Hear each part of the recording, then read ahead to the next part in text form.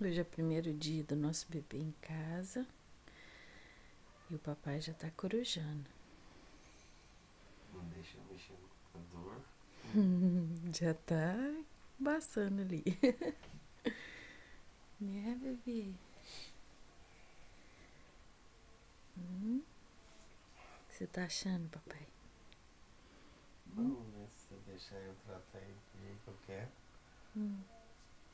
Igual deve ser tratado. Como que deve ser tratado? Rosca grossa.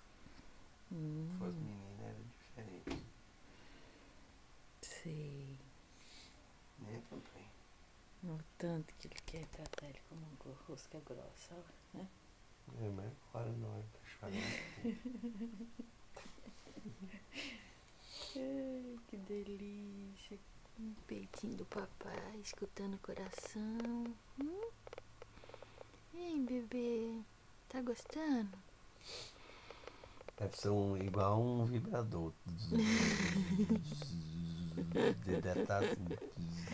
Ele falou assim, gostosinho esse negócio aqui. Parecendo que ele tá em cima de um. É, de um vibrador grandão.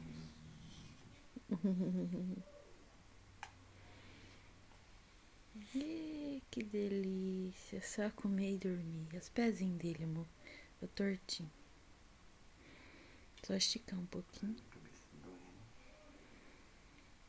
Então tá lá, tchau. Tchau.